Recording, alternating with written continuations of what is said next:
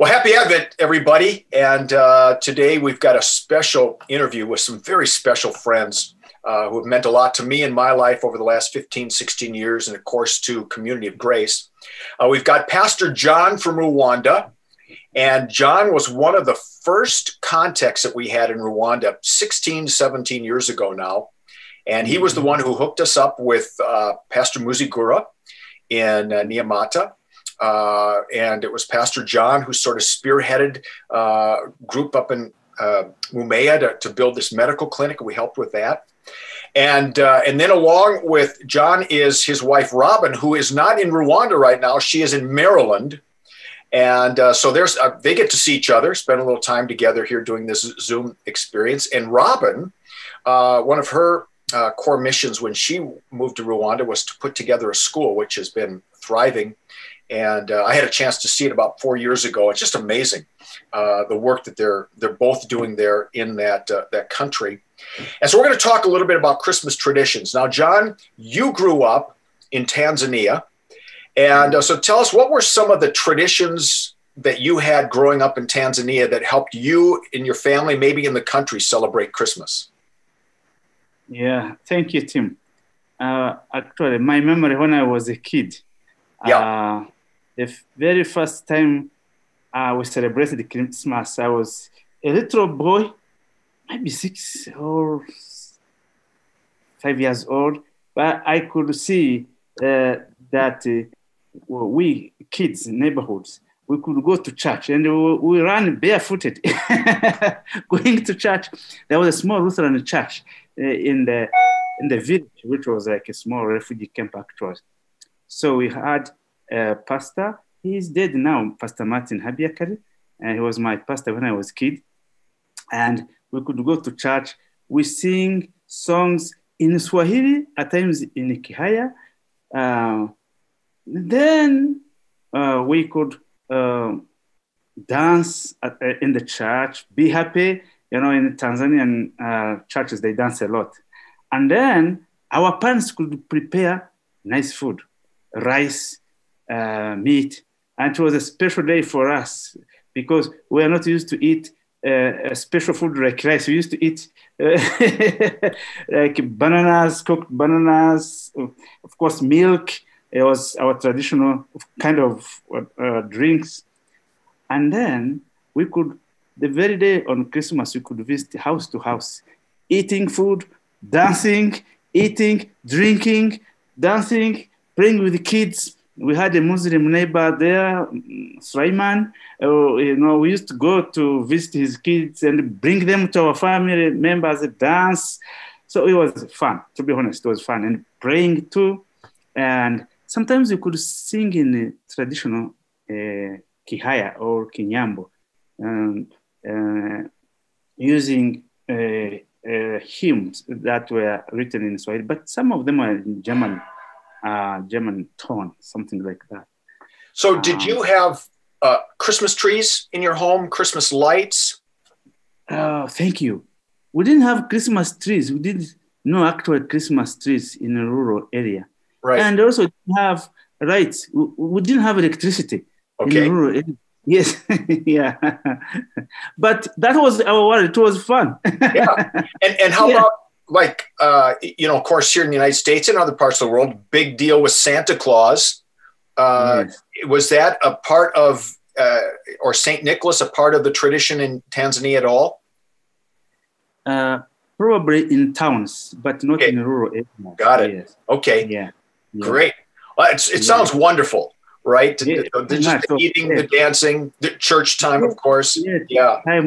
And it was the best one I have ever seen. Yeah. Now, Yes. Robin, you of course, you come from the United States of America, where we start Christmas in July, and it's Christmas music nonstop, and it's lights, and it's all that. You moved to Rwanda. It was a very different experience for you. What was Rwanda Christmas like? Well, I have to say, I think first that my family's tradition of Christmas as I grew up was very inward. It was both church related, but then it was very inward. Like it was a lot of emphasis on how we would spend time together, and pretty much from 6 or 7 p.m. on Christmas Eve all the way through Christmas Day, we're together, we're eating together, we're opening gifts together, we're going to church together. So it was like this whole, family thing. And it was very inward looking in terms of being family centered. So our extended family, we'd call them and talk to them. And I think I went fully loaded with those expectations when I went to Rwanda without really having asked any questions to John about, what's it going to be like? And so I think my first Christmas in Rwanda, I was just about in tears, very frustrated because I had plans. Really, I hadn't really communicated this to my family. I think I just assumed, all of this is going to be the way it's going to be. So I was planning on a nice big meal, and I was planning on our daughters being with us, and we would all sit down to, candlelight dinner or something like that. And instead, church was 4 hours long. It included 17 confirmations. It included a whole bunch of baptisms. There were 3 testimonials. There was an extra message from the bishop in addition to the sermon. And it was 3:00 before we were done, and my plans for dinner were kind of evaporating. And then a cousin asked our daughters to help out with preparations for a wedding that was coming up, and that's a big time where people get married during the Christmas holidays. And she didn't seem to think it was any big deal to invite my daughters over to help her cook and clean.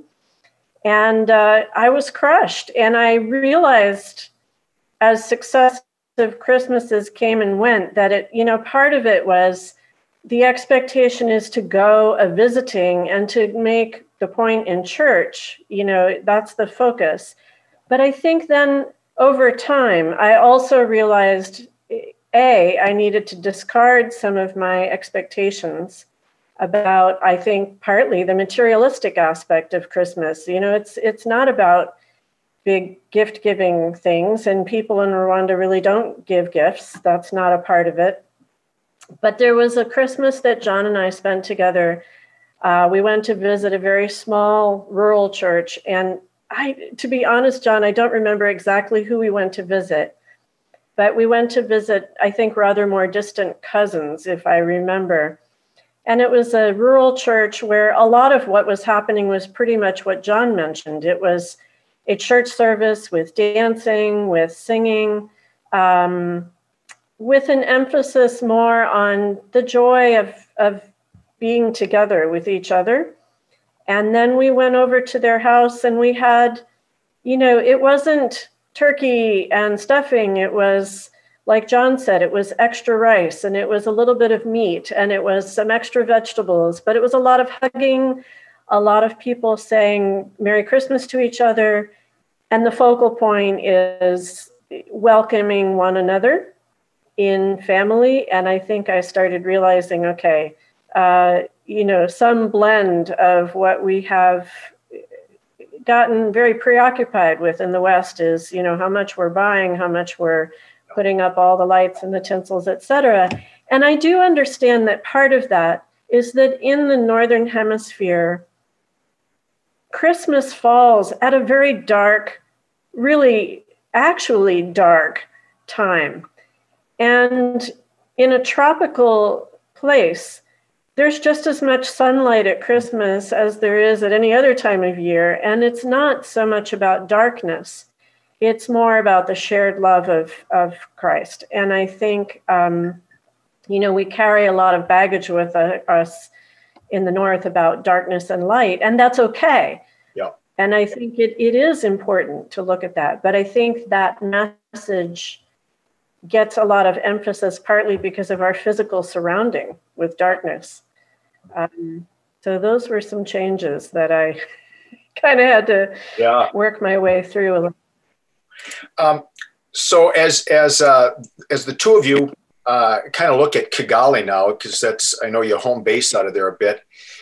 It's become quite a thriving city. I mean, even the years that I would go, the difference between 1 year and then 3 years later, just amazing, and seemingly more Western influence in some ways. The music, clothing, and so on. Are you seeing, John? Are you seeing a change in terms of how Christmas is celebrated? Are people starting to bring in some, more Western, for lack of a better word, Christmas music or trees, or is it still pretty much community-based, home-based, and church-based? Yeah, to some extent, yeah. You find that, unlike in Tanzania, where I didn't see, in the rural area, yeah, I didn't see Christmas tree, but in our church here, they buy this kind of pine trees, or plastic pine tree they put in the church. You see this, and lights, you see it. And then people also, I just remember that when we were in Tanzania, we used to say, Noel Nziza. Noel Nziza means Happy Christmas. Okay. So here we also say Noel Nziza. But it's not really with full energy. You don't see it with full energy, but people, of course, come to church. They dress up very nicely. We sing, we pray. That's kind of Western thing that I have seen here. But I think you don't see kind of alive, as Robin said. So go ahead, Robin. New Year's is a big deal. Okay. But I will say now in Kigali, you see the city is lit up and the convention center is red and blue and white for celebrating Christmas. And there are lights along the main avenues now where we didn't even used to have much in the way of electricity. Yeah. So it does feel more celebratory, but I think it's more, what do you call it? Secular. Yes. In that way. It's picking up the secular flavor of the West. Yeah. And that's okay, but I do think it's kind of like good to remember what the focus really is in church.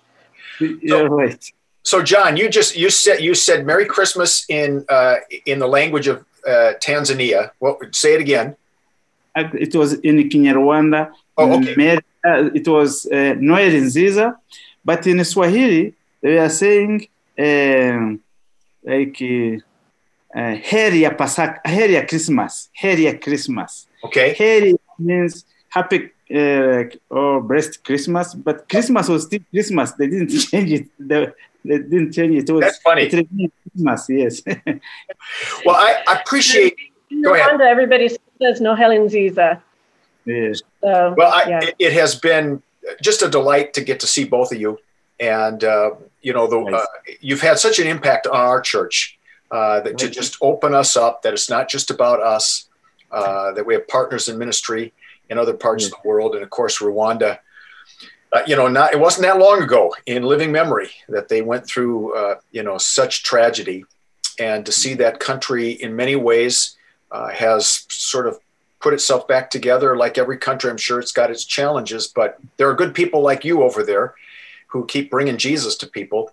And we appreciate that we've had a small part in that. And so we want to wish you both Merry Christmas and thank you very, very much. And hope that you have a great Christmas. Are you going to be together for Christmas? I should ask that. We don't know yet. Because of the pandemic. Yeah, I have already bought the tickets, but we don't know. There's still some, Well, thank God for Zoom, right? Yeah, amazing. Telephones and all that stuff. Well, thank you very, very much. Merry Christmas to both of you. And say it one more time in your language. Noel Nziza. Noel Nziza.